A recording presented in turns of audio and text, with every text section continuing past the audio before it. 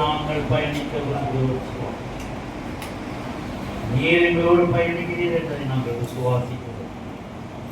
பிள்ளைகளுக்கு கொடுத்த தாளத்தை ஆண்டவரை மற்றவர்கள் இடர்களை அவர்களுக்கு போகாத பணிக்கு ஆண்டவரே அந்த தாழ்ந்தவரை அவர்கள் மகிமைப்படுத்தும் போது ஆண்டவரே அக்கம் பக்கத்தில் உள்ளவர்கள் நம்மளுடைய மனங்களை மாற்றட்டும். ஆண்டவரே பிள்ளைகளுக்கு கொடுத்த அந்த தாழ்த்துக்கு நன்றி சொல்லுகிறோம். போகின்ற டிபிஎஸ் காரியங்களுக்காக தெரிவிக்கிறோம். பிள்ளைகளை ஆசிரியர் அநேக பிள்ளைகளை கொண்டு வந்து பயனடத்தக்க திரும்பி செய்கிறோம்.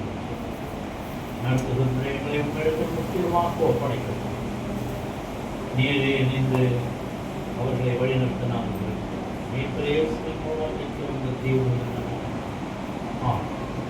நாம் எல்லாரும் எழுந்து நிற்போம், கடவுளை தொழுவோம். நாம் கடவுளை தொழுவோம். கடவுள் ஆவியாய் இருக்கிறார். அவரை தொழுது கொள்ளுகிறவர்கள் ஆவியோடும் உண்மையோடும் அவரை தொழுது கொள்ள வேண்டும்.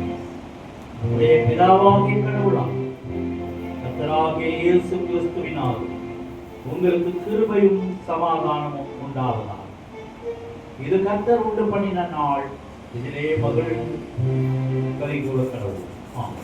இந்த ஆராதனைக்கு ஆரம்பமாகவும் ஆண்டவருடைய நாமம் மகிமைக்கின்றோம். கீர்த்தனை புத்தகத்திலே 6வது பாடல், சீர்மிகு வான்புவி தேவா சோத்திரம், சிருஷ்டிப்பு யாவும் படைத்தாய் சோத்திரம் என்ற பாடலை பாடி நாம் இந்த ஆராதனையை தொடங்குவோம்.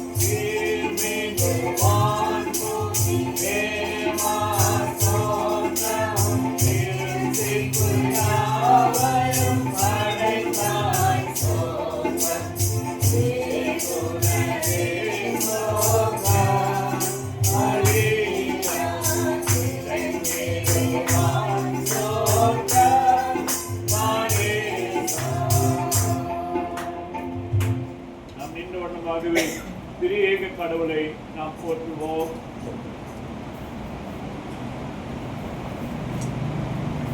திரியேக கடவுளை போற்றுவோம். சேனைகளின் கடவுளாகிய கர்த்தரே, நீர் பரிசுத்த பரிசுத்த பரிசுத்த. வானமும் பூமியும் உமது மகிமையால் நிறைந்திருக்கின்றன. உன்னதத்திலே ஓசன். கர்த்தரின் நாமத்தினாலே வந்தவரும் வருகிறவருமான ஸ்தோத்திரிக்கப்பட்டவர். உன்னதத்திலே ஓசன்னா.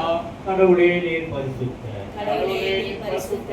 சர்வ வல்லவரே நீர் பரிசுத்த. சர்வ வல்லவரே நீர் பரிசுத்த. சாவாமை உடையவரே நீர் பரிசுத்த. சாவாமை உடையவரே நீர் பரிசுத்த. ஆண்டவரே, எங்களுக்காக சிலுவையில் அறையுண்ட எங்கள் மீட்பரே, மேல் கிருபையாயிரும். ஆண்டவரே, எங்களுக்காக சிலுவையில் அறையுண்ட எங்கள் மீட்பரே, எங்கள் மேல் கிருபையாயிரும். பரிசுத்த ஆவியாகிய ஆண்டவரே, எங்கள் மேல் கிருபையாயிரும். பரிசுத்த ஆவியாகிய ஆண்டவரே, எங்கள் மேல் கிருபையாயிரும். ஆண்டவரே, எங்கள் ஜெபங்களையும் ஆராதனையும் ஏற்றுக்கொண்டு எங்கள் மேல் கிருபையாயிரும். ஆண்டவரே, எங்கள் மேல் மனதுருகி எங்கள் மேல் கிருபையாயிரும்.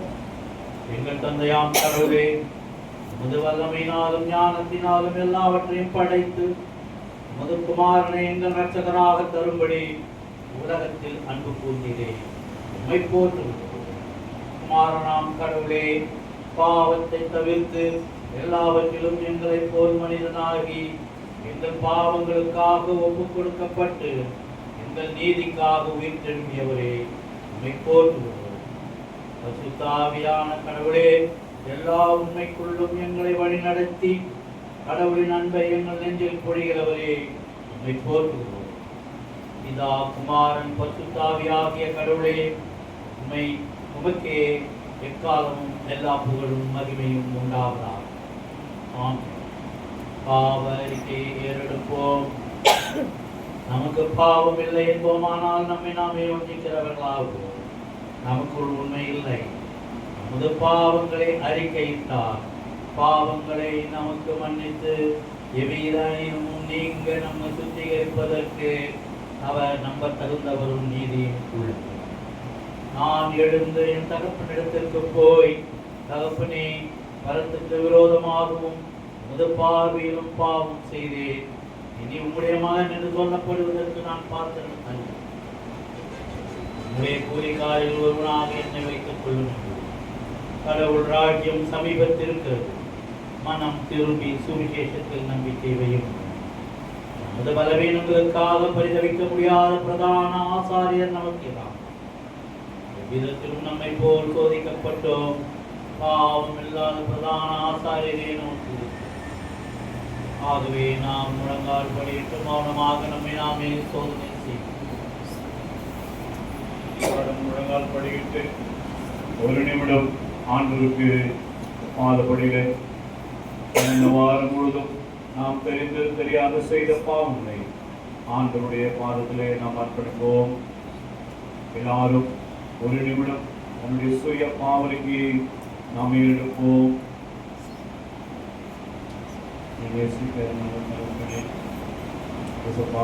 கடந்த வாரம் முழுதும் நாங்கள் சரித்து சரியான செய்த பாவங்களை ஆறுதல் வைக்கும் சுவாமி.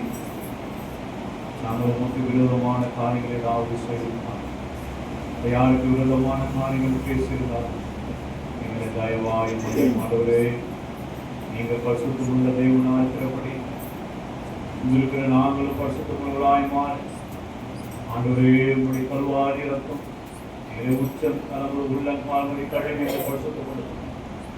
ஆண்டவரே, பரிசுத்த அலங்காரத்துடைய நாங்கள் உண்மை துதிக்க பாட உடைய வார்த்தைகளை கேட்டு எங்களையே காணிக்கையை படைக்கும்.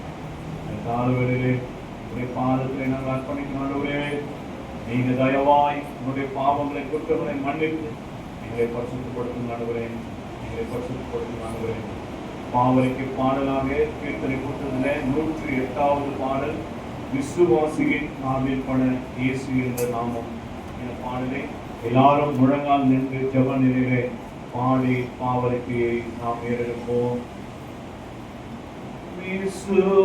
விசுவாசியின் காதில் பட இயேசு என்ற நாமம் விருப்பாயவ செவியில் தோணி இனிப்பாகுது பாசம். விருப்பாயவர் செவியில் தோணி கிழிப்பாருது பாசம் பசித்த ஆத்துமாவை பசியாற்று மண்ணாயிதுவே மூசி பாருதல் நிலை தோறெல்லாம் மூற்றோ மந்த பெயரே மூசி பாருதல் நிலை தோறெல்லாம் மூற்றோ மந்த பெயரே துயரை அது நீக்கி காயமாற்றி குணப்படுத்தும் பயங்கள் யாவும் இயேசுவென்றால் பரந்தோடியே போகும் பயங்கள் யாவும் இயேசுவென்றால் பரந்தோடியே போகும் காயப்பட்ட இருதயத்தை கழுவி சுத்தப்படுத்தும் மாயை கொண்ட நெஞ்சை அது மயக்கமின்றி விடுக்கும் மாயை கொண்ட நெஞ்சை அது மயக்கமின்றி விடுக்கும் எல்லை இல்லா கிருபை திரளேற்று நிறைந்திருக்கும் எல்லா நாளும் மாறா செல்வம் இயேசு என்ற பெயரே எல்லா நாளும் மாறா செல்வம் இயேசு என்ற பெயரே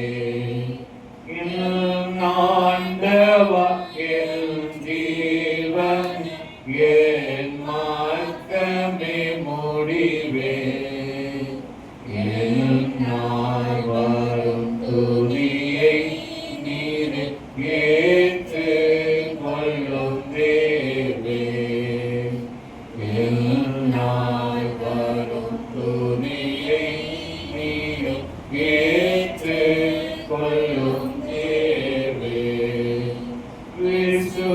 விசுவாசியின் காதில் அடங்கேசு என்ற நாமம் விருப்பாயவர் செவியில் தோணி கிழிப்பாருது பாசம் விருப்பாயவர் செவியில் தோணி கிழிப்பாருது பாசம். இரண்டாவது பாவத்தை ஜெபத்தை சொல்லும்போது பின்பாக சொல்லுவோம். எங்கள் தந்தையாம் கடவுளே, நினைவினாலும் வார்த்தையினாலும் செய்கையினாலும் உமக்கு விரோதமாய் பாவம் செய்திருக்கின்றோம். முழு மனதோடு நாங்கள் உம்மை நேசிக்கவில்லை. எங்களிடத்தில் நாங்கள் அன்பு கூறுவது போல அயலாடத்தில் நாங்கள் அன்பு கூறவில்லை. எங்கள் மேல் இரக்கமாயிருக்க உம்மை வேண்டிக் கொள்கிறோம். எங்கள் பாவ அழுக்கை நீக்கி எங்களை சுத்திகரியும். எங்கள் குற்றங்களை விட்டுவிட எங்களுக்கு உதவி புரியும். எங்கள் ஆண்டவர் இயேசு கிறிஸ்து மூலமாய் வேண்டிக் கொள்கிறோம் பிதாவே. ஆமென். சர்வ வல்லமையும் மிகுந்த இரக்கமுள்ள ஆண்டவர் மன்னிப்பையும் பாவ நிவர்த்தியும் நமக்கு கட்டளையிட்டபடி வாழ்க்கையை சீர்படுத்துவதற்கான காலத்தையும் முதல் பரிசுத்தாவின் கிருபையும் தேர்ந்தலையும் தந்தருள்வாராக. ஆமென்.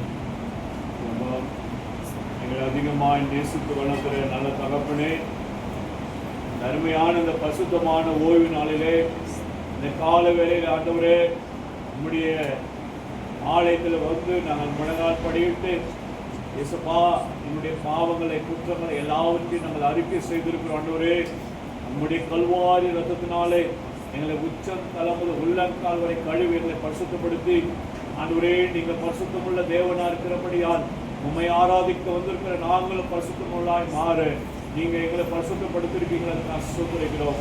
நாங்கள் பரிசுத்த அலங்காரத்தோடு உம்மை தொழுது கொள்ளும்படியாய், உம்மை துதிக்கும்படியாய், உம்மை பாடும்படியாய், உம்முடைய வார்த்தைகளை கேட்பதற்கு எங்களுடைய செவிகளை திறந்துள்ளபடியாய் எங்களை அர்ப்பணிக்கிறோம். ஆண்டவரே, நீங்க எங்களை கழுவி பரிசுத்தப்படுத்திருக்கீங்களே, நாங்கள் பரிசுத்தத்தோடு உம்மை தொழுது கொள்ளும்படியான கிருபை கொடுத்தீங்களா, ஆசீர்வதிக்கிறோம்.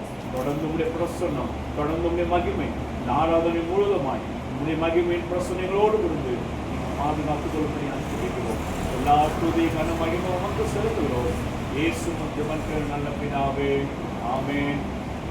நாம் எல்லாரும் எழுந்து நிற்போம். வேதத்திலிருந்து 4 வேத பகுதிகளை வாசிக்க கேட்க போகிறோம்.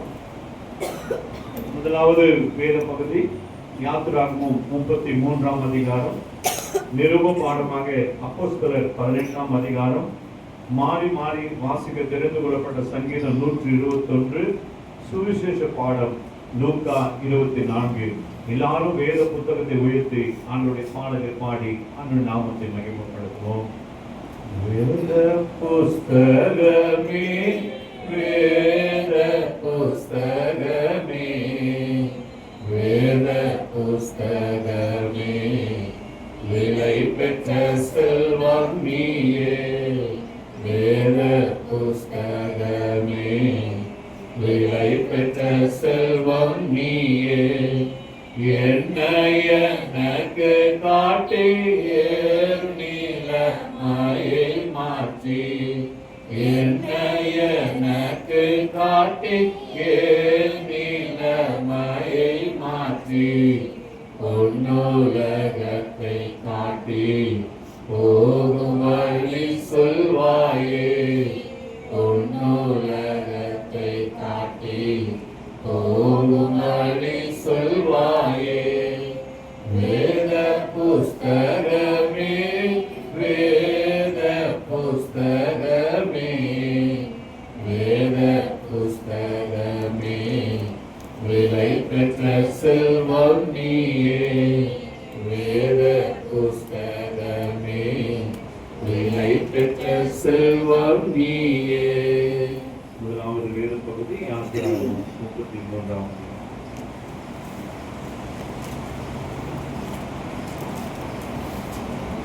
வாசிக்க தெரிந்துகொள்ளப்பட்ட முதலாம் வேத பாகம் யாத்திராகமம் 33 வசனங்கள் 12 15 வரை. யாத்திராகமம் 33 வசனம் 12 15 வரை. பக்கம் 114. மோசே கர்த்தரை நோக்கி, தேவே, இந்த ஜனங்களை அழைத்து கொண்டு போ என்று சொன்னீர். ஆகிலும் இந்த என்னோடு கூட இன்னார் அனுப்புவேன் என்பதை எனக்கு நீர் அறிவிக்கவில்லை. என்றாலும் உன்னை பேர் சொல்லி அழைத்ததும் அறிந்திருக்கிறேன் என்று என் கண்களில் உனக்கு கிருபை கிடைத்தது என்றும் தேவரீர் சொன்னதுண்டே. உம்முடைய கண்களில் எப்பொழுதும் எனக்கு கிருபை கிடைத்ததினால் நான் உம்மை அறிவதற்கும் உம்முடைய கண்களில் எனக்கு கிருபை கிடைப்பதற்கும் உம்முடைய வழி எனக்கு அறிவியும். இந்த ஜாதி உம்முடைய ஜனம் என்றும் நினைத்தருளும் என்றான். அதற்கு அவர், என் சமூகம் உனக்கு முன்பாக செல்லும், நான் உனக்கு இளைப்பாறுதல் தருவேன் என்றார். அப்பொழுது அவன் அவரை நோக்கி, உம்முடைய சமூகம் என்னோடு கூட செல்லாமல் போனால் எங்களை இவ்விடத்தில் இருந்து கொண்டு போகாதிரும். வாசித்து தெரிந்து கொள்ளப்பட்ட வேதவசனம் வாசம் உண்டாயிற்று. தேவனே, உமக்கு மகிமை உண்டாவதாக.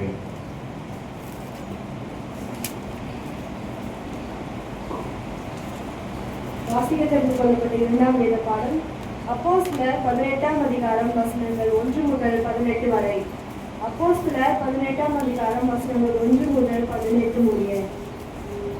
அதன் பின்பு பவுல் அத்தேனே பட்டணத்தை விட்டு கொரிந்து பட்டணத்துக்கு வந்து, யூதர் எல்லாரும் ரோமாபுரியை விட்டு போகும்படி கிழவராயன் கட்டளையிட்டபடியினாலே இத்தாலியாவில் இருந்து புதிதாய் வந்திருந்த பொந்து தேசத்தானாகிய ஆகிலா என்னும் நாமமுள்ள ஒரு யூதனையும் அவன் மனைவியாகிய பிரிஸ்கில்லாவையும் அங்கே கண்டு அவர்களுக்கு போனான். அவர்கள் கூடாரம் பண்ணுகிற தொழிலாக இருந்தார்கள்.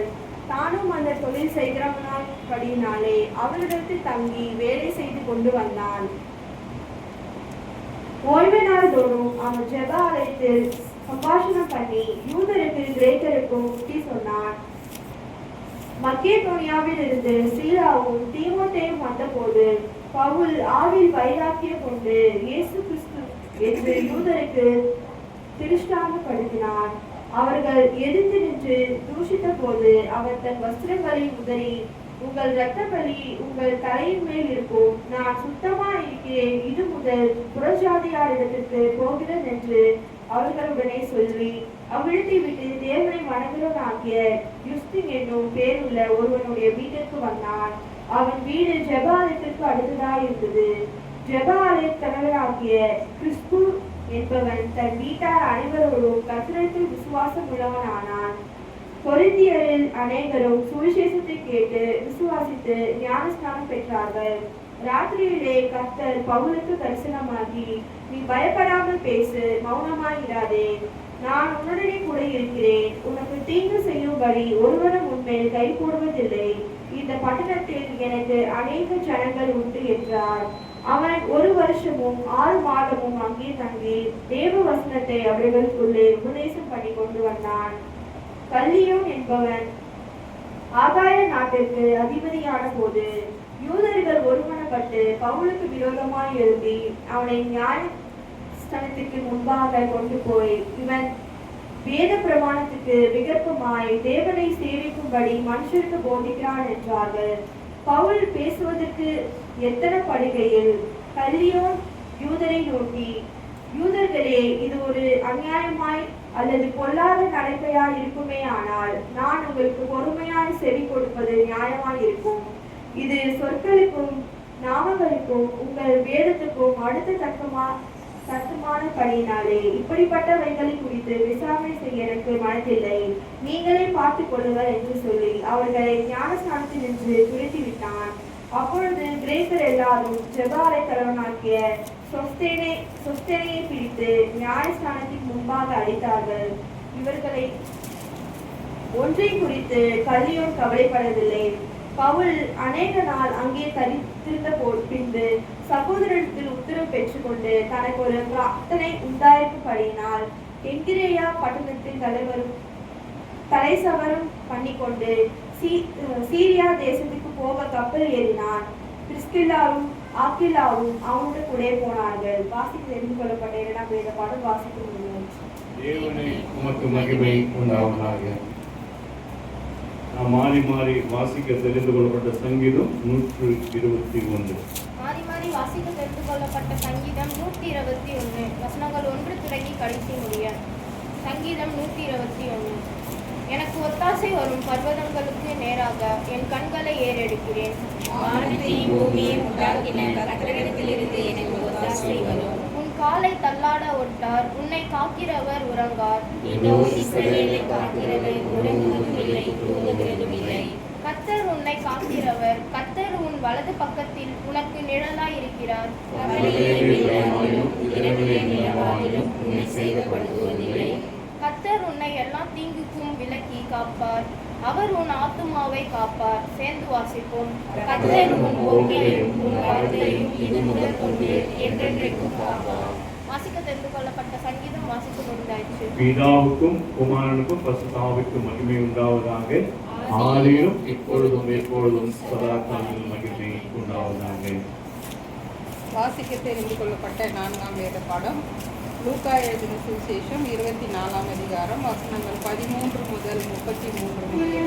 லூக்கா 24ஆம் அதிகாரம் வசனங்கள் 13 முதல் 33 முடிய. அன்றைய தினமே அவர்களில் 2 பேர் எருசலேமுக்கு 7 அல்லது 8 மைல் தூரமான எம்மாவு என்னும் கிராமத்துக்கு போனார்கள். போகையில் இந்த வர்த்தமானங்கள் யாவையும் குறித்து அவர்கள் ஒருவரோடு ஒருவர் பேசிக்கொண்டார்கள்.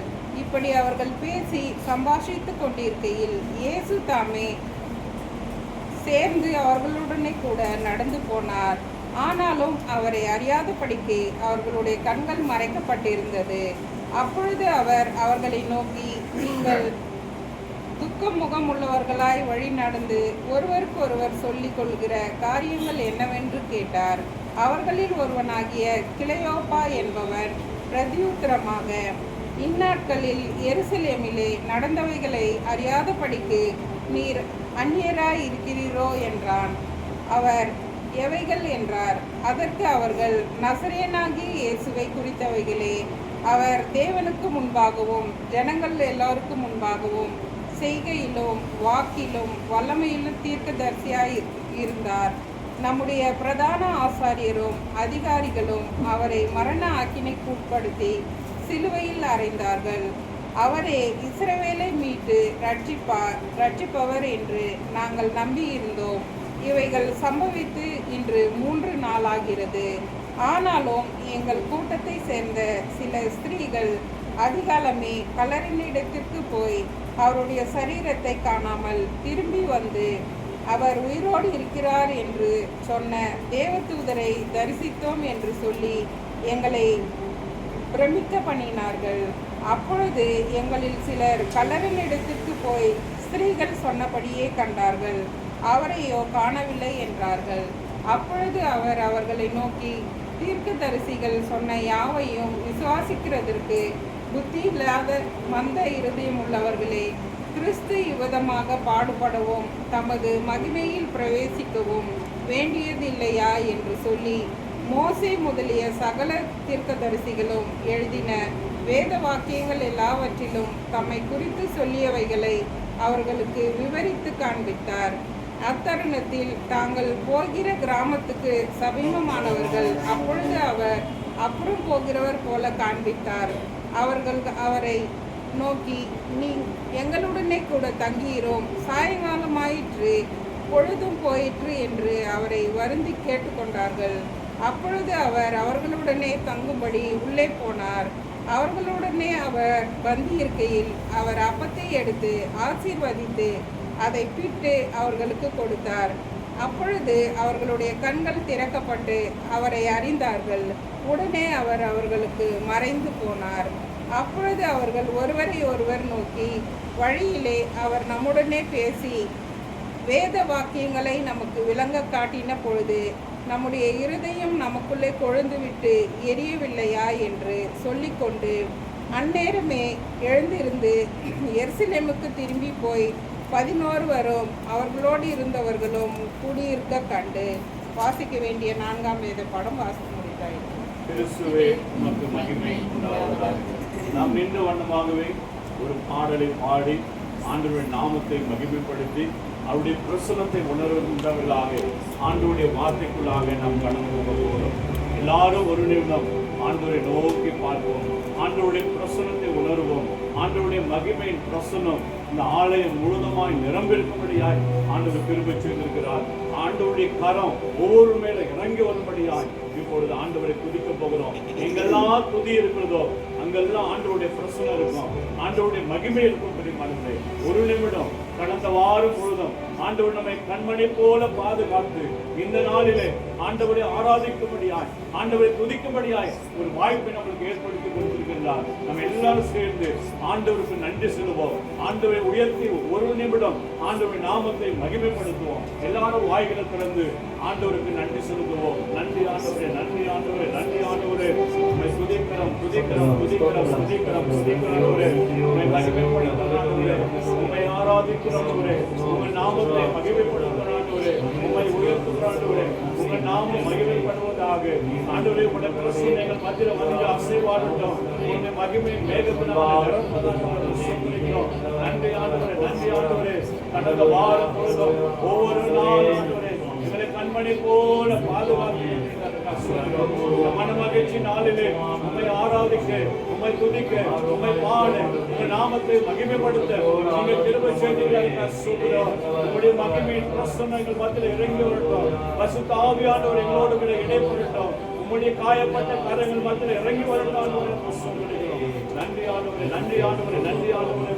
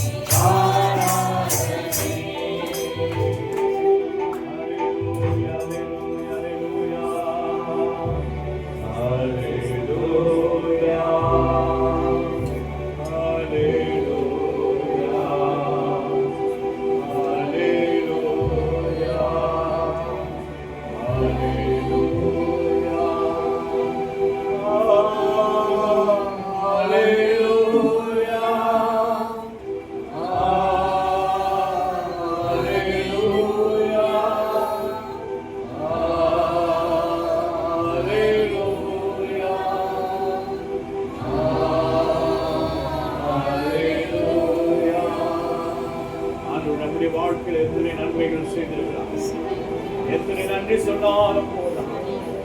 எபினேசராயிருந்து நம்மை ஆண்டவர் வழிநடத்திருக்கிறார். பிரியமானவர்களே, எத்தனை பிரச்சனைகள், போராட்டங்கள், பலவீனங்கள் எல்லாவற்றிலும் நம்மை பாதுகாத்து ஆண்டவர் நம்மை வழிநடத்திருக்கிறார். அவர் தோளின் மீது நம்மை சுமந்திருக்கிறார். சிலுவையிலே பாடுகளை ஏற்றுக்கொண்டு நம்மை மீட்டிருக்கிறார். ஆண்டவருக்கு எத்தனை நன்றி சொன்னாலும் போதும். ஆண்டவருக்கு எத்தனை நன்றி சொன்னாலும் போதும். ஆண்டவருடைய மகிமையின் பிரசன்னத்தினால நாளை ஆண்டவர் நிரப்பிக் கொண்டிருக்கிறார். பரிசுத்த ஆவியானவர் நம்மோடு கூட இடைப்பட்டு கொண்டு ஆண்டவருடைய வார்த்தையினாலே நம்மோடு கூட பேசுகிறார். ஆயுதத்தோடு 2 கரங்களை பரலோகத்துக்கு நேராக உயர்த்தி ஆண்டவருடைய பாடலை பாடி நம் ஆண்டவருடைய நாமத்தை மகிமை ஆண்டவரை உயர்த்த போகிறோம். எல்லாரும் 2 கரங்களை உயர்த்தி ஆண்டவருடைய பாடலை பாடுவோம். அதிகாலையில் உன் திருமுகம் தேடி அர்ப்பணித்தேன் என்னையே. ஆராதனை துதி ஸ்தோத்திரங்கள் அப்பனே உமக்கு தந்தேன். அன்பு நேசரே உன் திருமுகம் தேடி அர்ப்பணித்தேன் என்னையே. ஆராதனை துதி ஸ்தோத்திரங்கள் அப்பனே உமக்கு தந்தேன். ஆராதனை ஆராதனை ஆராதனை ஆராதனை ஆராதனை ஆராதனை ஆராதனை ஆராதனை அன்பரேசுராஜனுக்கே.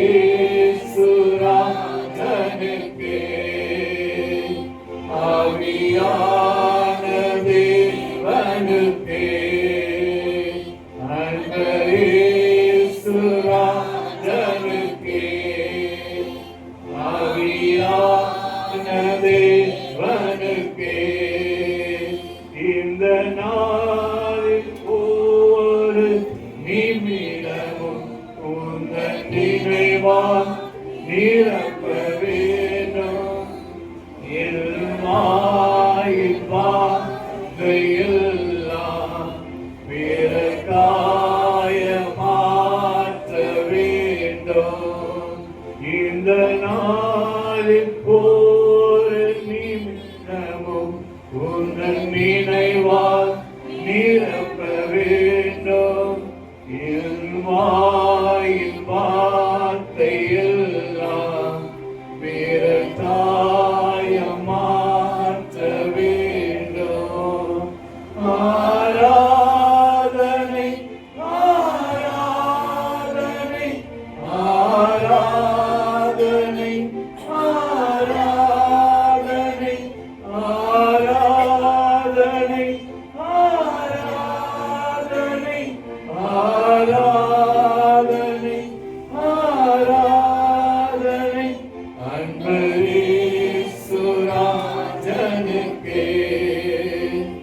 ஆவியான தேவனுக்கே அன்பரேசுராஜனுக்கே.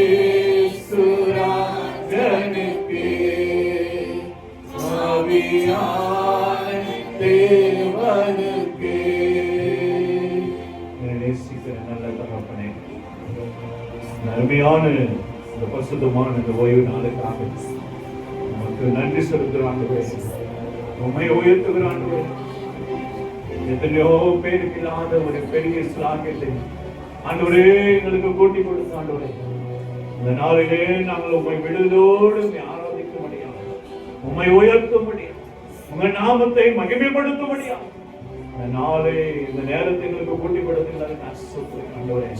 இந்த பரிசுத்தமான ஓய்வு நாளிலே நாங்கள் பரிசுத்த அலங்காரத்தோடு உம்மை தொழுது கொள்ளபடியாய், உம்மை துதிக்கபடியாய், உம்மை ஆராதிக்கபடியாய் உம்மை பெருமை செய்தீர்களாக ஆண்டவரே. உம்முடைய மகிமையின் பிரசன்னம் எங்கள் மத்தியில் இறங்கி ஆசீர்வாடி கொண்டிருக்கிற கிருபைக்காய் பரிசுத்த ஆவியானவர் எங்களோடு கூட இடைப்படுகிற கிருபைக்காய் ஆண்டவரே உம்முடைய மகிமையின் மேகம் இந்த ஆலயம் முழுவதுமாய் நிரம்பியிருக்கிற கிருபைக்காய் ஸ்தோத்திரம். ஆண்டவரே உம்முடைய பரிசுத்த பலத்தினாலே எங்களை இடைக்கட்டும், உம்முடைய கரத்தினாலே எங்களை இடைக்கட்டும்படியாக சொல்லிக்கிறோம். வந்தவர்கள் வந்த வண்ணமாய் போகாதபடி உம்முடைய தெய்வீக ஆசீர்வாதத்தை, தெய்வீக சுகத்தை, தெய்வீக சமாதானத்தை பெற்றுள்ளாய். உடலோடு கூட ஆண்டவரை கடந்து போக நீதாமே கிருபை பாராட்டும். உம்முடைய வார்த்தைகளை சுமந்து வந்திருக்கிறது அருமையான ஆயருக்காக ஜெபிக்கிறோம். அவரை மறைத்து நீங்க வெளிப்படப்படியா, வேதத்தில் உள்ள ரகசியங்களை நாங்கள் அறிந்து கொள்ள முடியாது. நீங்க அவரை எடுத்து நீங்க பயன்படுத்த முடியாது சொல்லிக்கிறோம். உங்களுடைய கரத்தினாலே அவரை பலப்படுத்தும்படியாக சொல்லிக்கிறோம். வந்திருக்கிற ஒவ்வொருவரையும் உங்களுடைய கரத்திலே அர்ப்பணிக்கிறேன். வரை தடைப்பட்டவர்களே கொண்டு சேர்த்து உங்க நாமத்துக்கு மகிமையாய் நீங்க எல்லாருக்கும் ஆசீர்வாதமாய் யாராவது நீங்க மாற்றி கொடுக்க புரிந்த அதுக்கு அசோத்திரம் எல்லா துதையான மகிமை உமக்கு செலுத்துகிறோம். இயேசு முற்றமன் நல்ல பிதாவே. ஆமென், ஆமென், ஆமென். எல்லாரும் அமரலாம். நாளுக்குரிய ஆண்டோடைய வார்த்தையை நம்மோடு பகிர்ந்து கொள்ள முடியாது வந்திருக்கிற நம்முடைய தலைமை போதகர் ஐயா அவர்களை திருச்சபையின் சார்பிலே எல்லாரும் கரங்களை தட்டி அன்போடு கூட நாம் வரவேற்போம். ஆண்டோடைய வார்த்தை நம்மோடு கூட அவர் பகிர்ந்து கொள்வார்.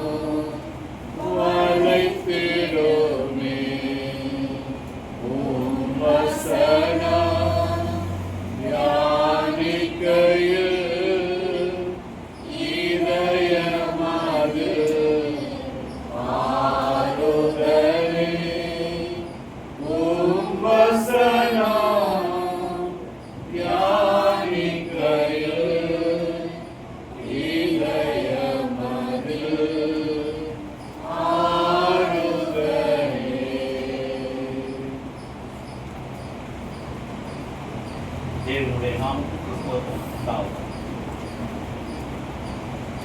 இந்த ஓய்வு நாளின் காலை வேளை ஆண்டவராகிய இயேசு கிறிஸ்துவினுடைய இனிய நாமத்தினாலே அனைவருமாக நான் வாழ்த்து கண்களை மூடி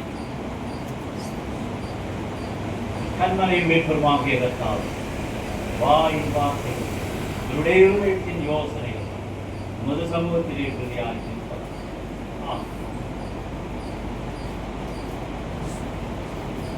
ஒரு நல்ல தலைப்போடு இந்த நாளுக்குரிய தியானத்தை நாம் பகிர்ந்து ஆராய்ந்து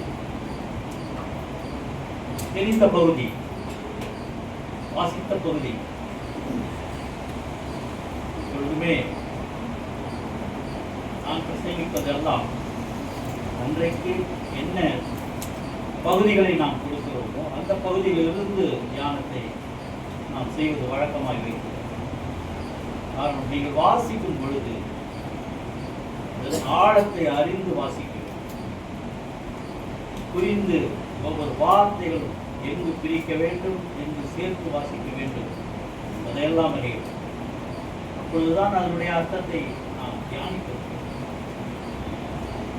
3 பகுதிகளை வாசிக்கும். நாம் என்ன புரிந்து கொண்டோம், நாம் என்ன தியானிக்க முடியும், கிறிஸ்துவனுடைய வாழ்வு என்பது என்ன? கிறிஸ்துவனுடைய வாழ்வு என்பது ஒரு விசுவாசத்தின் பயணம். அதுதான் வாழ்வு என்பது ஒரு பயணம் என்று சொல்லுகிறோம். ஆனால் கிறிஸ்தவ வாழ்வு என்று சொல்லும்போது அது எதன் அடிப்படையில் இருக்கிறது? ஒரு விசுவாசத்தின் அடிப்படையிலே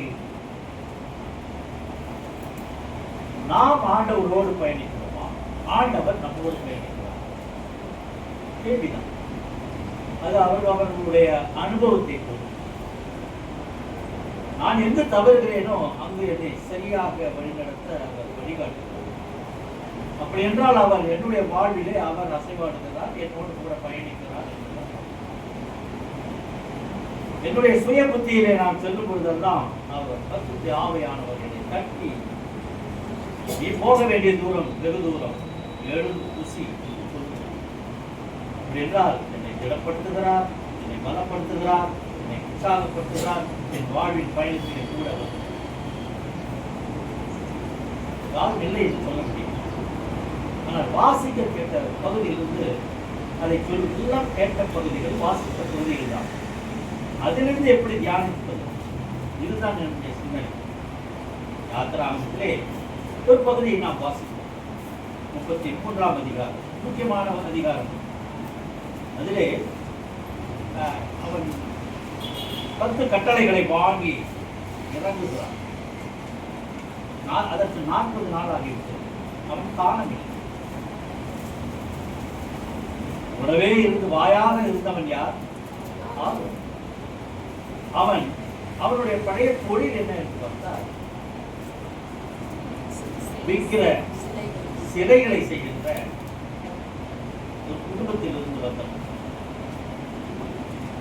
எங்களை வழிநடத்துவதற்கு ஆண்டவர் வேணும் என்று மணக்கா கழுத்துள்ள ஜனங்களை ஆண்டவரை ருசி பார்க்க வேணும் என்று சொல்கிறார். அவர்களுடைய பேச்சை கேட்டார். ஆண்டவர் இருக்கிறார், என்னோடு பேசினார், உங்களை எல்லாம் எகிப்திலிருந்து விடுதலை செய்தார். அவர் விடுதலை செய்ததோடு நம்மை விட்டுவிடவில்லை. 40 நாள் கடக்க வேண்டிய அந்த பயணத்தை 40 வருடமாக மாற்றுகிறார். அது தண்டனையா? இல்லை. நீ உலக வாழ்க்கையை கற்றுக்கொள்ள வேண்டும் என்பதற்காக அந்த நடைபயணம், அந்த விடுதலை பயணம் என்றால் அந்த பயணத்தில் அவர் கற்றுத்தந்தது என்ன, நீ கற்றுக்கொண்டது என்ன? முதலாவதாக அவர் 10 கட்டளைகளை கொடுக்கிறார். மனிதனுடைய வாழ்வு நெறிமுறைப்படுத்துவதற்காக அது பயன்பட்ட ஒரு வாழ்க்கை நெறிமுறை கட்டளை. இந்த 10 கட்டளைகளைத்தான் 613 கட்டளைகளாக பிரிக்கப்பட்டு உபகாரத்தை நாம் பார்க்கிறோம். பாலும் தேரும் ஓடுகின்ற அந்த கானான் தேசத்தை உங்களுக்கு கொடுப்பேன் என்று சொல்லிவிட்டு நிறுத்திவிடவில்லை. அந்த தேசத்திற்கு போவதற்கான வழி காட்டிவிட்டு போகவில்லை. என்ன சொல்கிறார்? நானும் உங்களோடு கூட பார்த்தோம், எதுவும் சொல்லவில்லை. அவன் கேள்வி கேட்கிறான், பல கேள்விகளை கேட்கிறான். யார்? மோசே கேட்கிறார். அவர் எப்படிப்பட்டவராக இருந்தாராம் மோசேக்கு? 11ஆம் வசனத்தை பாருங்கள். ஒருவன் தன் சிநேகிதனோடே பேசுவது போல கர்த்தர் மோசேயோடு இதுதான் அவர், இதுதான் கடவுள். அவர் ஒரு சிநேகிதனை போலவே பேசுகிறார் என்றால் அவரிடத்தில் ஒளிவு மறைவில்லை, பந்தா ஒன்றுமில்லை. நான் பெரியவன், உங்களை படைத்தவன் என்ற எண்ணம் அவருக்கு இல்லை. நீ சிறியவன், படைப்பாளி தானே, படைக்கப்பட்டவன் தானே என்று இல்லை. ஒரு சகஜமான ஒரே ஒத்த வயதில் உள்ள சிநேகிதனாக அவர் பார்த்த போர்கள் பேசுகிறார். நமக்கு தெரியும், நூனின் குமாரனாகிய யோசுவா பின்னால் வழி நடத்துகிறான். ஆனால் அதுக்கு முன்பாக அவன் எப்படி இருந்தான்? அந்த வசனத்தை படியுங்கள்.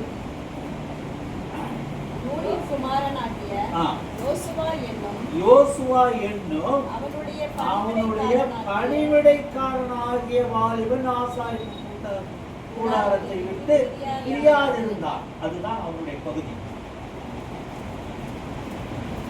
சாதாரண ஒரு பணிவிடைக்காரன்.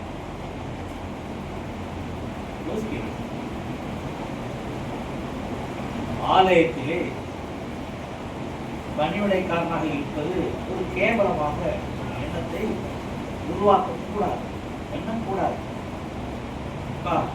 பார்த்து அந்த பாய்க்கெல்லாம் போட்டு போங்கப்பா சொன்னா அப்படியே ஒதுங்கி போற காலங்கள்லாம் நாங்கள் பார்த்தோம். யாரெல்லாம் கோயிலுக்கு பாய்களை போட்டு தட்டி தூசி எடுத்து ஆலயத்தை நடத்துவதற்கு முன்பாக ஆயத்தப்படுத்துகிறானோ பல மனங்களை திறந்தவனாக ஆண்டவருக்கு உருவாக்குகின்ற பெரிய ஊழியக்காரனாக மாறி இருக்கிறார். எனவே பணிவிடைக்காரனாகிய அந்த யோசுவா கூடாரத்தை விட்டு பிரியாதவனாய் இருந்தான். அதுதான் அவனுடைய பயணம். நம்முடைய தலைப்பு என்னவென்றால், உயிர்த்தெழுத ஆண்டவர் நம்மோடு கூட பயணிக்கிறார். இதுதான் தலைப்பு. உயிரோடு இருக்கின்ற ஆண்டவர் நம்மோடு கூட பயணிக்கிறார். நம்மோடு கூட பயணிக்கிறார். கூடவே வரார். அதுதான் அதுக்கு அவன் சொல்றான். கேள்வியை கேட்கிறான், நான் எப்படி தெரிஞ்சுக்க முடியும்? சொல்லும்போது, என் சமூகம் உனக்கு முன்பாக போகும், நான் உனக்கு இளைப்பாறுதல் தருவேன். அவர் சமூகம் நமக்கு முன்பாக போகும் பொழுது நமக்கு நோ டயர்ட். அவர் என்ன செய்கிறார்? பாடையில் நிறுத்துகிறார். அங்கே பாடையில் இறங்கிதான் கானான் தேசத்துக்கு கூட்டு போகிறார். இளைப்பாறுதல் தருகிறார். இளைப்பாறுதலுக்கு பல அர்த்தங்கள் நாம் எடுத்துக்கொள்ளலாம். ஆனால் வாழ்க்கையிலே நீ பயணிக்கும் பொழுது ஆண்டவர் உன்னோடு கூட பயணிக்கிறார் என்ற உணர்வு உன்னோடு கூட இருக்குமானால், நீ எங்க செய்தாலும் எந்த வேலைக்கு நீ போராடும், வேலையின் மத்தியிலே உன்னோடு கூட இருக்கிறார். பயப்பட வேண்டும். பயப்பட வேண்டும். ஒரு சிக்கலில் மாட்டிக்கொண்டு ஒரு அதிகாரியின் முன்னாலே நாம் நிற்போமானால் நமக்கு உள்ளான ஒரு பயம். தவறு செய்யவில்லை என்றாலும் குற்றவாளியாக நிறுத்தப்படும் பொழுது மனதிலே ஏற்படுகின்ற ஒரு அனாவசியமான ஒரு பயம். வேலை செய்கிறவர்களுக்கு, படிக்கிறவர்களுக்கு பாடம் படிக்கவில்லை, ஹோம்ஒர்க் செய்யவில்லை என்றால், சின்ன பிள்ளைகள் நிறைய பார்த்து, நான் ஸ்கூலுக்கு போகல, பிள்ளை அப்படியே வயிற்று வலிக்குதுன்னு சொன்னான்னாவே எனக்கு அம்மா ஒரு மாதிரி வலிக்குதுன்னா பிள்ளை சரியாக ஹோம்ஒர்க் செய்யல, நைஸாக என்ன பண்ணுறான், லீவ் போடுறதுக்கு ஏமாத்துறதுக்கு மம்மி கிட்ட ஒரு ஐடி போடுறா அப்படின்னு மம்மிக்கு தெரியும். ஆனாலும் அவங்க அப்படியே உண்மையாக அப்படியே பாசம் அப்படியே இருக்கும். இந்த மக்களும் வயிற்று வலிக்குதா, பள்ளிக்கூட வேண்டாம் போனோமா, லீவ் பண்ணுறோமானா, இது முடிஞ்சிச்சு. அது ஸ்கூல் டைம் தாண்டிச்சின்னு ஒரு சந்தோஷம் வருப்பார். அந்த ஃபோன் எடுத்துன்னு உட்காரப்பா. அதுதான் நம்மளுடைய வழி. ஆண்டவர் அப்படிப்பட்டவர் அல்ல. நீ துன்பப்படும் பொழுது அவர் மனம் கசந்து அழுகிறார். தவறான பாதையிலே போகிறாயா? நீ தவறான பாதையில் போகும்போது பக்கத்திலே இருந்து அவர் அழுது கொண்டிருக்கிறார். மகனை, நான் உனக்கு சரியான பாதையை காட்டினேனே, இதில் போகாமல் அகலமான ஒரு பாதையை போய் சிக்கிக் கொள்கிறாயே. கேள்வி நாம் சுய புத்தியில போகும்போது அதை எல்லாம் பார்க்க முடியாது. போய் சிக்கிக் கொள்ளும் பொழுது ஆண்டவரே, அப்பொழுது ஆறுதல், நான் உன்னை பலப்படுத்துவேன். பாருங்கள், அப்பொழுது அவரை நோக்கி அவருடைய சமூகம் என்னோடு கூட செல்லாமல் போனால் எங்களை விளக்கிலிருந்து கொண்டு போகாதிரும். அவன் தைரியமா, ஏன்னா ஸ்நேகிதன் சொல்லிட்டாரு, தைரியமா பேசணும். நோனா நோ, எஸ்னா எஸ். எனக்கு தனியா விட்டிய, என் கூட அனுப்புற, யாரையும் அனுப்புறான்னு கேட்கல. 2 வசனத்தை பார்த்தா, மோசே கர்த்தரை நோக்கி, தேவரீர் இந்த ஜனங்களை அழைத்துக் கொண்டு போ என்று என்னிடம் சொன்னீர். ஆகிலும் என்னோடு கூட இன்னாரை அனுப்புவேன் என்பதை நீர் எங்களுக்கு அறிவிக்கவில்லை. போன் சொன்னா போக வேண்டியதானே, எப்பட நான் அனுப்புவேன், எப்படியா கேட்போம். ஆண்டவரே நம்மோடு கூட வருகிறார். என்னுடைய வாழ்க்கை பயணத்திலே அவர் என் கையை பிடித்து என்னை கூட்டிக் கொண்டு போகும் பொழுது நீ இன்னொருத்தனை கேட்டுட்டு இருந்தா அவன் முன்ன வேற வழியில் நடத்திட்டானா, அது சரியான ஆளை அவர் கொடுக்கணும் இல்லை, அது போகிற. அதுக்கு அவர் என்ன சொல்றாரு, என்றாலும் உன்னை அப்படியே கூட அப்படியே வண்டி அடிக்கிறான். என்னை பேர் சொல்லி அழைத்திருக்கிறேன், ஓகே. ஆமா, என்னுடைய கிருபை கண்களில் உனக்கு கிருபை கிடைத்தது, ஓகே. இதெல்லாம் சாமி நான் தான் சொன்னேன், நீ சொன்னீரே. ஏன்பா நான் சொன்னது எனக்கே திருப்பி சொல்றியா? எனக்கு ஐஸ் வைக்கியா? சாமிக்கு போய் ஐஸ் வைக்கியா? நம்ம வேலையா தான். ஆனா அவர் எப்படிப்பட்டவர்? என் தேவைகளை நான் கேட்பதற்கு முன்னமே அறிந்து கொடுக்கிறவர். அவர்கிட்ட போய் நீ என்ன சொன்னிய, என்னை வழியை நடத்துறேன்னு சொன்னிய, இதெல்லாம் சொல்லி சொல்லி ஜபிக்கிறது. ஏன்னா ரொம்ப நீண்ட ஜபம் தான் நம்ம பண்றது. அதிக வசனத்தினாலே நாம ஜபிக்க கூடாது. தேவைகளெல்லாம் வருது, சற்று முடியும். ஆதியிலே ஆண்டவரே என்னை கர்ப்பத்திலிருந்து அங்கிருந்து ஆரம்பிக்கிறது. என்னை பெயர் சொல்லி அழித்தீரே, அவன் சாலாவது வரைக்கும் அவன் ஜெபம் பண்ணாடே, இப்போ எல்லாம் திரும்பி போனா அப்படின்னு சொல்லிட்டு பண்ணாரு. Be careful when you are praying. அவருக்கு எல்லாம் தெரியும்.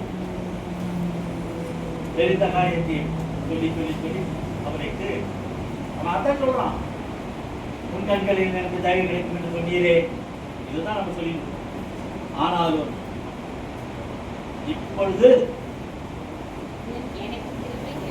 எனக்கு கிருபை கிடைத்ததானால், அதுதான் பார்த்து வாசிக்கணும். எப்படி கரெக்டாக வாசிப்பாருன்னு சாமோன்னு பார்த்தேன், அப்படியே எகிரித்தேன். ஏன்னா அது கஷ்டமான ஒரு வார்த்தை. யார் எப்படி படிக்கிறாங்கன்னு நமக்கு தெரியும். அது எனக்கு நான் 2-3 தடவை பண்ணேன். கிடைத்ததானால் அப்படின்னு தான் படித்தேன். கிடைத்ததானால் அதாவது கட்டி பாடும் கிடைக்கும், கிடைக்காது இருந்தால் எப்படி இருக்கும். ஆனால் கிடைத்ததானால் அது வீட்டில் போய் அது 4 தடவை பிளஸி அது என்னன்னு சொல்லி மம்மிட்டு 5 தடவை சொல்லணும். அந்த வார்த்தை அது என்னன்னு சொல்லணும் மம்மி. அப்படின்னா என்ன அர்த்தம்? அது கண்டிப்பாக. அப்போ என் சமூகம் உங்களுக்கு முன்பாக போகிறது. நான் தினமும் ஒரு பயம், ஒரு விசுவாசம். அப்பயும் நம்ம போய் எங்கன்னா போய் போகணும்னா அவர் சமூகம் என்ன வழி நடத்துதுன்னு அர்த்தம். என்னுடைய கேர்ஃபுல்னஸ் இருந்தாலும் என்ன பின்னால் வர கேர்ஃபுல்னஸாக இருந்தா அதுக்கு அவருடைய சமூகம் வழி நடத்துதுன்னு அர்த்தம். ஏன் கேட்கிறேன்னா, சில ஜபங்கள் நம்முடைய ஜபங்கள் கேட்கப்படுவது இல்லை. நாம் ஜபிக்கின்ற ஜபங்கள் எல்லாம் ஆண்டவரிடத்தில் போய் சேர்ந்து என்று எண்ண வேண்டாம். வழியிலே தகுந்தது. நீ ஜபிக்கின்ற ஜபம் விசுவாசத்தோடு இருக்க வேண்டும். நீ ஜபிக்கின்ற ஜபம் கிடைத்தது, பெற்றுக் கொள்ளப்பட்டது என்ற விசுவாசத்தோடு இருக்க வேண்டும். மோசே சொன்னது அப்படிதான். அப்போ இன்னொரு கேள்வி கேட்கிறார்.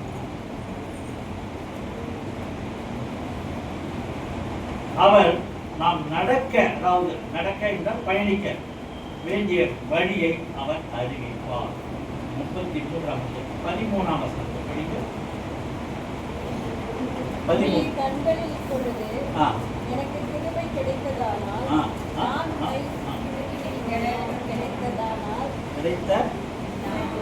கிடைத்ததானால் நம்மை அறிவதற்கும் நம்முடைய கண்களில் எனக்கு கிருபை கிடைப்பதற்கும் நம்முடைய வழியை எனக்கு அறிவிக்கும்.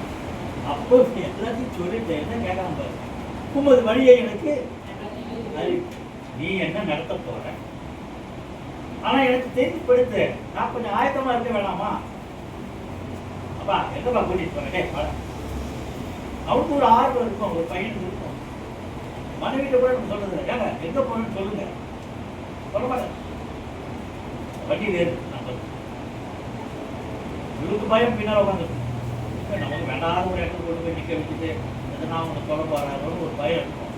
தெரிஞ்சுக்கணும்னு ஒரு ஆசை. பின்னால் உட்காந்து ஏங்க எங்க போறோம், வீட்டு போறோம்லாம் கரெக்டா அவளுக்கு பிடிக்காத ஒரு இடத்துல போய் நின்று தோற்றம் பண்ணா எப்படி இருக்கும்? வீட்டு அந்த அனுபவம் இவருக்கு பிடிக்கும், அவங்களுக்கு பிடிக்காது. அதனால தான் அந்த கேள்வி என்ன கேட்கணும், எனக்கு எங்க போறோன்னு தெரியும் கேட்கலாம். அந்த கேள்வி அவன் அவங்க ஏற்கனவே கேட்டான். அதுக்கு அவர் சொல்றாரு பாரு, உங்களுடைய என் சமூகம் முன்பாக செல்லும். நம்முடைய வாழ்க்கை பயணத்திலே ஆண்டவர் நம்மோடு கூட பயணிக்கிறார் என்ற விசுவாசம் இருக்க வேண்டும். என்னை விசுவாசத்தில் பலப்படுத்தத்தான் அவர் கூறுகிற வார்த்தை, என் சமூகம் உனக்கு முன்பாக செல்லும், நான் உனக்கு இளைப்பாறுதல் தருவேன். அடுத்தது ஒரு கேள்வி கேட்க, உமது மகிமையை எனக்கு காட்டும். உடனே இந்த அதிகாரத்தை நீங்க போய் துணி படிங்க. எத்தனை கேள்விகள் வருது. ஆண்டவர் நம்மோடு கூட பயணிக்கிறார், அதுதான் அர்த்தம். ஆனால் அவர் பயணிக்கும் பொழுது நீ பாடாய்படல, ஆண்டவர் பாடாய்படுத்துகிறாய். ஆண்டவர் உன்னோடு பயணிக்கிறார் என்ற ஒரு விசுவாசத்தை கொண்டு வருவதற்காக அவர் படாத பாடாய்படுகிறார். என்ன போன்னு சொல்லிட்டேன், இந்த ஜனங்களை கூட்டிட்டு போ, இத்தனை லட்சம் மக்கள் கூட்டிட்டு போன்னு சொல்லிட்டேன், நான் போகும்போது என் கூட யார் வரா? இத்தனை கேள்வி கேட்கிறான். இதுதான் வாழ்க்கை பயன். நாம் அதிகமாக சோதனைப்படும் பொழுதெல்லாம் ஆண்டவர் ஏன் என்னை மட்டும் சோதிக்கிறார் என்று கேள்வி. இந்த சோதனை நமக்கு மட்டுமல்ல, வாழ்க்கை பயணத்தில் போகின்ற விசுவாசம் இல்லாத வாழ்க்கையில போகின்ற அத்தனை பேருக்கும் தான் இந்த டவுட். விசுவாசத்தோடு ஒவ்வொரு அடியும் உன்னுடைய வாழ்க்கையில் எடுத்து வைப்பாயா. ஆண்டவர் சமூகம் எனக்கு முன்பாக போகிறது என்பதை உணர்ந்து நீ போவாயனால் வாழ்க்கையில் பிரச்சனை இல்லை, பணியிடங்களில் பிரச்சனை இல்லை, பணியிடங்களில் பிரச்சனை இல்லாத மனிதர்கள் கிடையாது, குடும்ப வாழ்க்கையிலே பிரச்சனை இல்லாத மனிதர்கள் கிடையாது. ஆனால் யாரோடு பயணிக்க வேண்டும்? புருஷனோடு பயணிக்க, மனைவியோடு பயணிக்க வேண்டும், அதிகாரியோடு பயணிக்க வேண்டும், கீழே சபார்டினேட்ஸோடு பயணிக்க வேண்டும், அவர்களுடைய உணர்வுகளை புரிந்து நடக்க வேண்டும். நான் இப்படித்தான், நான் ஸ்ட்ரெயிட் ஃபார்வர்ட், நான் இப்படித்தான் அப்படின்னா நீ ஒரு முடிவெடுத்தினா எதிரி உள்ளவன் ஒரு முடிவை எடுப்பான். அவனுக்கும் உணர்வு உண்டு. அவன் எடுக்கின்ற முடிவு உன்னுடைய உணர்வை பாதிக்கும். உனக்கு மட்டும்தான் உணர்வு இருக்கா? நான் ஸ்ட்ரெயிட் ஃபார்வர்ட், அவனும் ஸ்ட்ரெயிட் ஃபார்வர்ட் என்னன்னா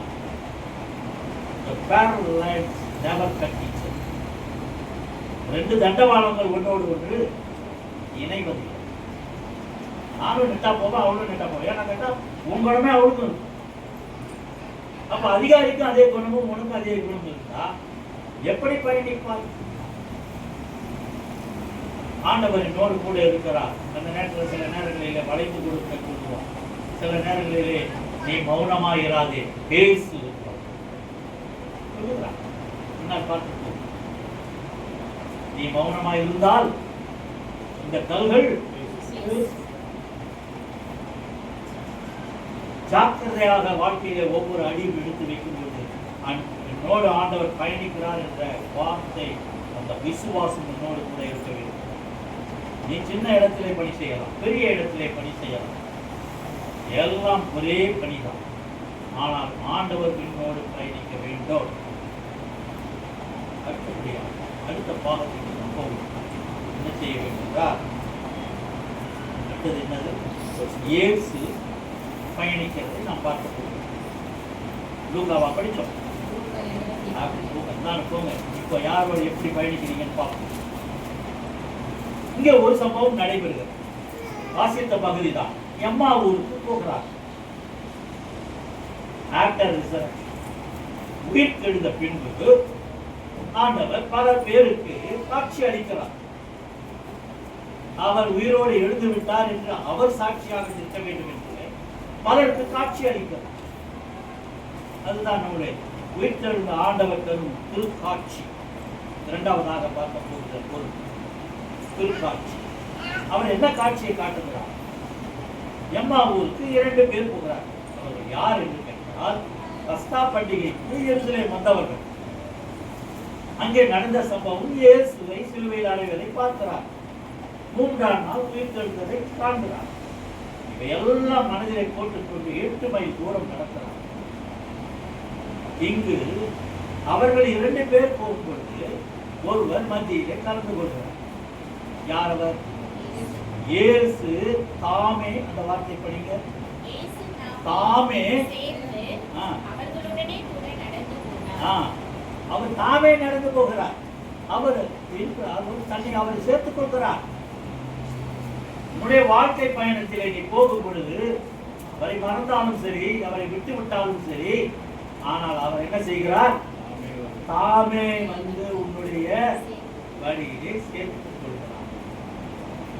பயப்பட வேண்டாம். நீ மறந்தாலும் அவர் உன்னை மறப்பதில்லை. தாய் மறந்தாலும் நான் உன்னை மறவேன். அதுதான் அவருடைய ஆண்டவருடைய தன்மை. திடீர்னு ஆண்டவர் சில நேரத்தில் நம்ம மறந்துடுவோம். எல்லா நேரத்திலும் ஆண்டவரே என்னோட கூட இருந்தது. திடீர்னு நான் சாமி நினச்சிட்டா திடீர்னு நினைப்போம். திடீர்னு ஒரு சம்பவம் விட்டுருவோம். 24 மணி நேரம் ஆண்டவர் நம்ம கூட இருக்கிறார். ஆனால் நாம 24 மணி நேரம் அவரோட கூட இருக்கிறது இல்லை. ஏனென்றால் பணி நிமித்தம், டென்ஷன் நிமித்தம் சோறாக்கும் போது சுத்திட்டா தான் ஐயோ ஆண்டவரே. அது வரைக்கும் நான் அதை சாமியை பற்றி நினைக்கிறேன். பால் பொங்கிச்சுன்னா ஊற்றுச்சுன்னா இயேசுவே. பால் பொங்குது ஊற்றுது. ஊற்றின பிறகு இயேசுவேனா வந்து நின்று அனுப்பிச்சுவாரா? உன்னுடைய பலவீனம், உன்னுடைய கேர்லெஸ்னஸ் நேரம் நடக்கிற கல்லிடுச்சு. அப்போ இயேசு கூப்பிடுற. நீ போய் இடிச்சுட்டேன்னு சொல்லாது. கல்லிடுச்சுடுவ. Everything is happen by my mistake. என்னுடைய தவறுதலால் ஏற்படுகின்ற காரியங்களுக்கு ஆண்டவர் பதில் சொல்ல வேண்டும். இதை எதிர்பார்த்தோம். இதுதான் நம்முடைய பயண வாழ்க்கை. கேட்டால் விசுவாச பயணம். எம்மாவூருக்கு போகிறார். 2 பேர் போகிறார்கள். 3ஆவதாக தன்னை தாமே சேர்த்துக் கொள்கிறார். போகும் பொழுது ஒன்றும் அறியாதவராக போகிறார். அவங்க 2 பேருக்கு எல்லாமே தெரியும். ஆனா நம்ம இப்படி கேள்விப்பட்டது அப்படி. இப்ப இதை கேட்கும்போது ஒன்று அவர் கேள்வி கேட்கிறாரு. அதுக்கு அவங்க என்ன பண்ண, நாங்களே இவ்வளவு காரியத்தை கேட்டுக்கிட்டோம், நீ அந்நியனை போல இருக்கிறீ. அந்த வசந்தபடி ஆமா கிளியார் என்ன பண்றான்? அவர்களில் ஒருவனாகிய கிளியாப்பா என்ன சொல்றான்? இந்த நாட்களிலே எருசலேம் பதறிட்டு கிடக்குது. அறியாத காரியம் நடந்துருக்குது. இதை அறியாதது போல நீ ஒரு அந்நியனா இருக்கிறாயே. அந்நியனா இருக்கிற அதான வார்த்தை தான். அந்த வார்த்தையை எடுத்து பேசுகிறோம். நீ அந்நியனா இருக்கிறாய். அந்நியன் என்றால் என் குடும்ப வாழ்க்கை தெரியாது, என்னுடைய வாழ்க்கை முறை தெரியாது, நான் பயணிக்கின்ற வாழ்க்கை தெரியாது. அவன் 1008 கேள்வி வைப்பான். டென்ஷன் ஆகும். சிலர் வந்து நம்ம வீட்டில் உட்காந்துட்டு போகிற கேள்விகள் கேட்டாங்கன்னா நம்ம பிரச்சனையை அவன் வந்து பேசினான்னா நம்ம கேட்டு வேலையை பார்த்துட்டு போனான்னு சொல்லிக்கிட்டு எவ்வளோ சமாளிக்க வேண்டியது.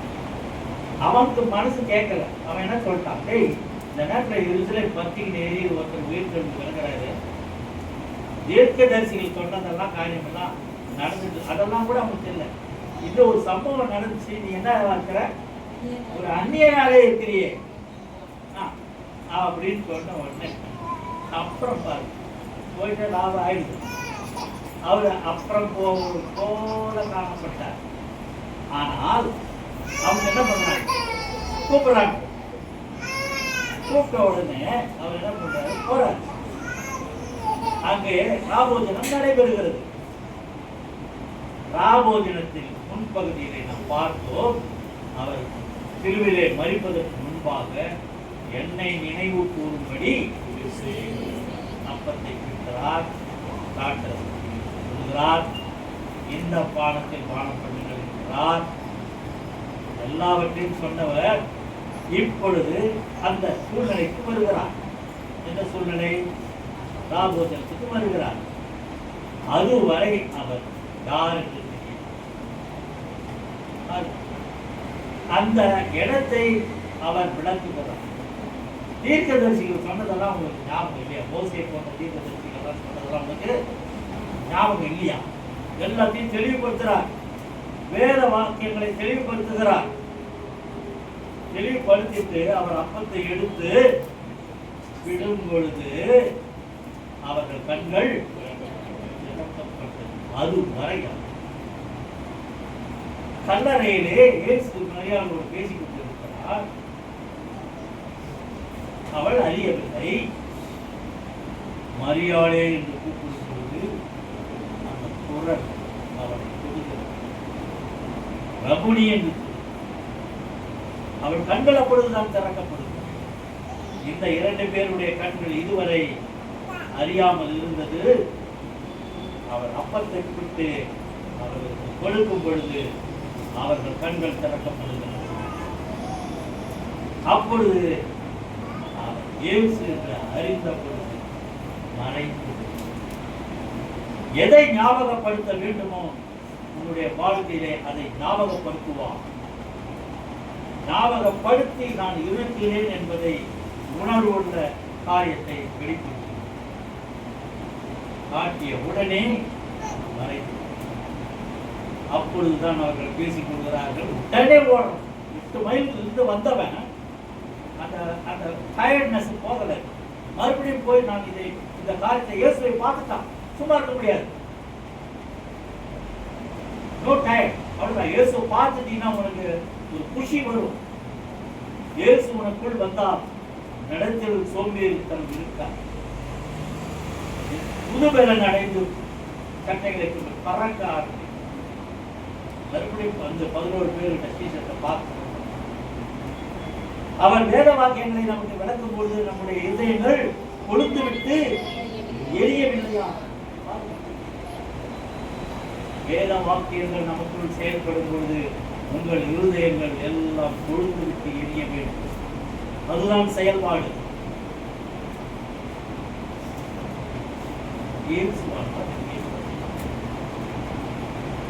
நீ இயேசுவோடு பயணிக்க வேண்டும் என்பதை விரும்புகிறார். ஆனால் இயேசு உனக்கு முன்பாகவே உன்னோடு கூட பயணித்துக் கொண்டிருக்கிறார். அதை அறிய வேண்டும். கண்கள் மூடப்பட்டிருக்கிறது.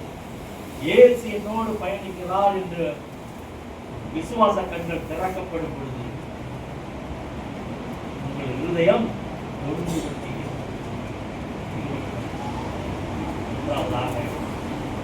வாசிக்க கேட்ட அப்போஸ்தலர் நடவடிக்கை 18ஆம் அதிகாரமா அங்கே ஒரு சம்பவம் நடைபெறுது. அது என்ன சம்பவம்? பவுல் என்ன செய்யும்?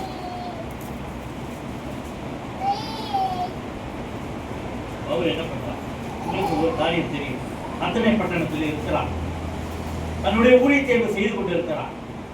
இதுக்கு முதல் அதிகாரத்தில். அப்போ அந்த அத்தனை பட்டணத்திலே அவர் தன்னுடைய ஊழியத்தை முடித்துக் கொண்டு அங்க ஒன்று நடந்தது. அத்தனை பட்டணம்னா உடனே உங்களுக்கு ஞாபகம் வர வேண்டியது அறியப்படாத தெய்வம் என்பதை ஞாபகத்துக்கு வர வேண்டும்.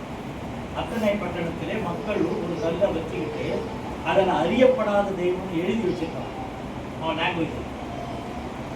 அப்போ பார்க்குறான், இதான சான்ஸ் நம்ம தெய்வத்தை உள்ள நுழைக்கிறதுக்கு அப்படின்னு சொல்லிட்டு அவன் என்ன பண்ணுறான், அந்த அந்த அறியப்படாத தெய்வம் எழுதியிருக்கிற இடத்துல வசிக்கிறான். அறியப்பட்ட தெய்வத்தை இயேசுவை பற்றி உயிர் சொல்லாமல் படித்தான். புதுசாக இருக்குதே அப்படின்னு. புதுசா நீ என்ன எழுதி வச்சிருக்கிற? அறியப்படாத தெய்வம் எழுதி வச்சிருக்கிறியே, அதுதான்டா இந்த தெய்வம், அறியப்பட்ட தெய்வம்.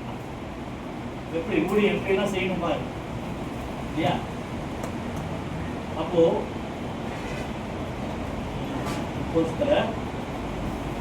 என்ன வாசித்தோம்? 18ஆம் அதிகாரம். அப்போ 17ஆம் அதிகாரம் 23ஆம் வசனத்தை பாருங்க. எப்படி என்றால், நான் சுற்றி திரிந்து உங்கள் ஆராதனைக்குரியவைகளை அவன் கவனிச்சு பார்க்கறான். இவங்க எப்படா கும்பிடுறாங்க, இவங்க என்னத்தை கும்பிடுறானுங்க அப்படின்னு பார்த்து இருக்கும்போது அறியப்படாமல் தேவன் என்று எழுதியிருக்கிற ஒரு பலிபீடத்தை கண்டேன். நீங்கள் அறியாமல் ஆராதிக்கிற அவரையே நான் உங்களுக்கு எப்பேற்பட்ட வார்த்தை பண்ணுகிறேன். அவன் படித்தவங்கிறத கமாலியலின் பாதப்படியிலே படித்தவன் என்பதை நிரூபிக்கின்ற இடம். கரெக்டா பார்க்கலாம். ஆராதனை சில பேர் வந்து உட்காருவாங்க. முதல்ல இந்த ஆராதனை முறை எப்படி நடக்கிறது? கையை கட்டி உட்காருவாங்க. சலிப்பா தான் உட்காருவாங்க. நாம் நடத்துகின்ற ஆராதனை ஒரு வேலை கடவுள் அவர்களுக்குள் வேலை செய்தால் அவர்கள் இந்த ஆராதனை முறையை பார்ப்பார்களாம்.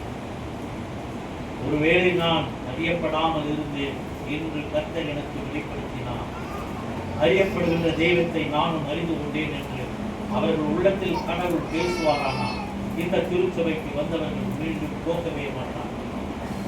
அப்படிப்பட்ட சத்தியத்தை தான் நாங்கள் கொடுக்கிறோம். பவுல் அப்போஸ்தலன் அறியப்படாத தெய்வத்தை அறிய வைக்கின்றார். நாங்களும் அதையே செய்வோம். அப்படி என்றால் கர்த்தர் நம்மோடு பயணிக்கிறார் என்றார். பவுல் அப்போஸ்தலனோடு கடவுள் பயணிக்கிறார். எங்கிருந்து பயணிக்கிறார்? அவன் எங்கே கண் பார்வையை இழந்தான், எங்கே கண் பார்வை மீண்டும் பெற்றான், அங்கிருந்து ஆண்டவர் அவனோடு கூட பயணிக்கிறார். பேதுரு யூதர்களுக்காக பயணித்தார். பவுல் புறஜாதியாருக்காக நான் பயணிப்பேன் என்று அத்தனை பட்டணத்திலே முடித்துக் கொண்டு எங்கு வருகிறார்? கொழுந்து பட்டணத்துக்கு வருகிறார். கொழுந்து பட்டணத்திலே அங்கு இருக்கின்ற நிலை என்னவென்றால் ரோமர்கள் ஆட்சி செய்கிறார்கள். இயேசுவின் காலத்திலே 3 காரியங்கள் இருந்தது. யூதர்கள் இருந்தார்கள், கிரேக்கர்கள் இருந்தார்கள், ரோமர்கள் ஆண்டு கொண்டிருக்கிறார். எனவே யூதர்களை விரட்ட வேண்டும் என்று சொல்லி அங்கே இருக்கிற அரசன் துரத்துகிறான். அவன் துரத்தும் பொழுது அங்கே இருந்து வந்தவர்கள் கொழுந்து பட்டணத்திலே தங்குகிறார்கள்.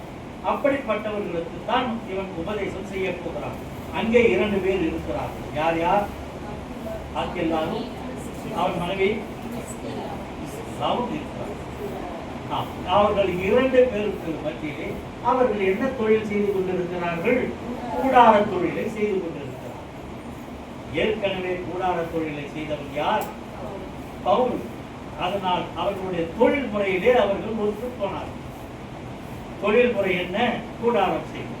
கூடாரம் செய்யும் பொழுது வெறும் கூடாரத்தை மட்டும் அவர்கள் செய்யவில்லை, ஆண்டவருக்கு என்ற ஆசாரிப்பு கூடாரத்தையும் அவர்கள் செய்யவில்லை. நான் சொல்வது அவர்கள் கட்டுகிறார்கள், சபையை கட்டுகிறார்கள். எனவே கூடாரம் என்றால் ஆசாரிப்பு கூடாரம் புரிந்து கொள்ள. அப்படி என்றால் அவர்கள் அங்கே கொழுந்து பட்டணத்திலே இவர்களோடு செய்கிறார்கள். யூதர்கள் துரத்தப்படும் பொழுது அவன் வேறு ஒரு பட்டணத்துக்கு போகிறான். 1.5 வருடம் இருக்கிறான். கொழுந்து பட்டணத்தில் எவ்வளவு நாள் இருக்கிறான்? 1.5 வருஷம். இந்த 1.5 வருஷத்துல அவன் எப்படி ஊழியம் செய்தாங்கிறத நம்ம பார்க்கணும். அந்த ஊழியத்தை செய்து முடித்த உடனே அடுத்தது வேற ஒரு இடத்துக்கு போகிறான். அப்போ போகும்போது அங்க அந்த இடத்துல இன்னொருத்தர் 2 பேர் ஜாயின் பண்றாங்க. சீலாவும் தீவிரத்தையும் ஜாயின் பண்றாங்க இந்த ஊழியத்தில். எப்படி ஊழியத்துல மக்கள் ஜாயின் பண்றாங்கன்னு பாருங்க. உடைய திருச்சபையிலே 4 பேரோடு ஆரம்பித்த பொழுது இன்றைக்கு இவ்வளவு பேர் இருக்கிறார்கள் என்றால் ஒவ்வொருவராக நம்மோடு கூட சேர்த்து கொண்டிருக்கிறார். காரணம், சத்தியத்தை வளர்க்க வேண்டும் என்ற ஒரு நிலைப்பாட்டிலே அவர்கள் சத்தியத்தோடு இணைகிறார்கள். அதுபோல சத்தியத்தோடு இணைந்தவர்கள் சீலாவும் பவுலோடு இணைகிறார்கள். அவன் போகும் பொழுது கூட யார் யார் போகிறார்கள் என்றால் ஆஸ்கல்லாவும் கூட போகிறார்கள். இதுதான் அவனுடைய பயணம். பவுலுடைய பயணத்திலே அவன் பயப்படுகிறான். அப்பொழுது ஒரு வார்த்தை கடவுள் சொல்கிறார், நீ பயப்படாதே, நீ பேசு, மௌனமாய் இராதே.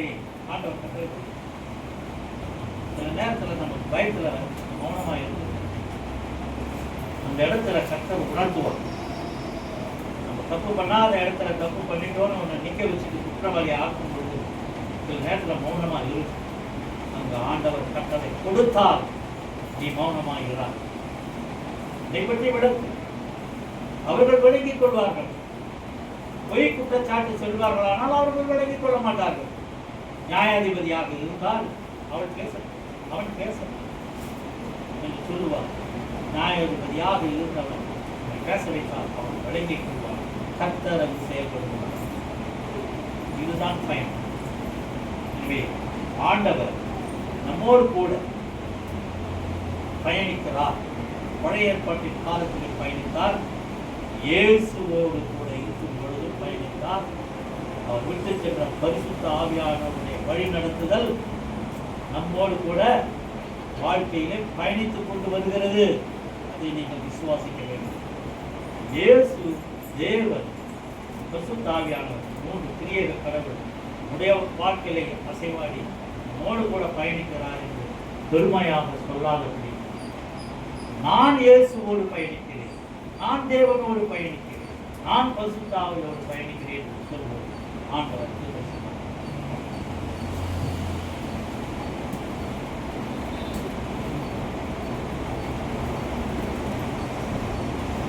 ஆண்டோடைய வார்த்தை கேட்டு நாம் அனைவரும் எழுந்து நின்று பொதுவான விசுவாச பிரமாணத்தை எல்லாரும் சேர்ந்து அறிக்கை செய்வோம்.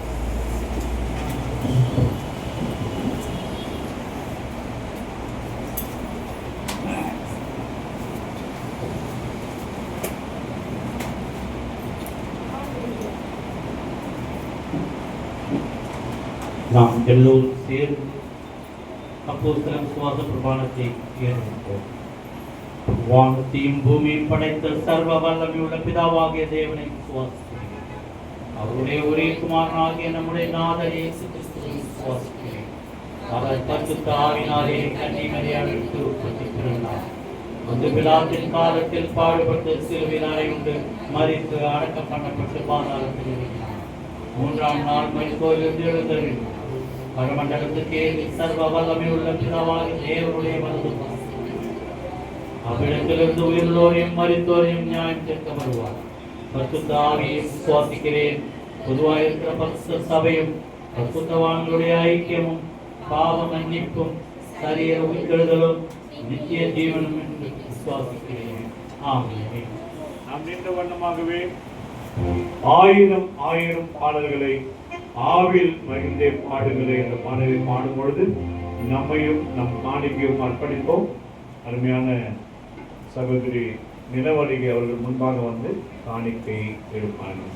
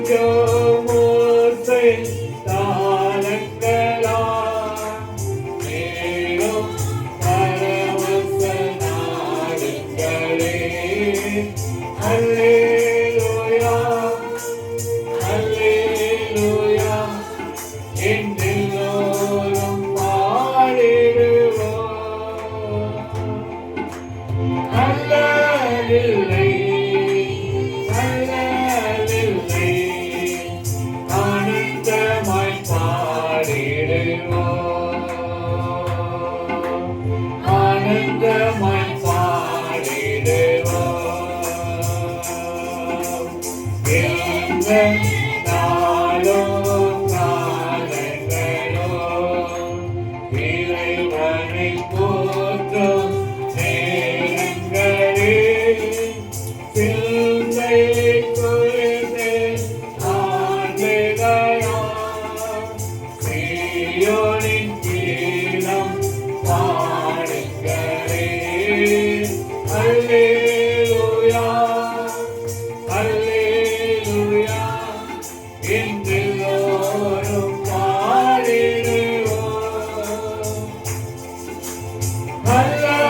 அல்லவில்லை அல்லவில்லை ஆனந்தமாய் பாடிடுவோம் ஆனந்தமாய் பாடிடுவோம். சபையார் அமர்வோம். சபைக்கான அறிவிப்பை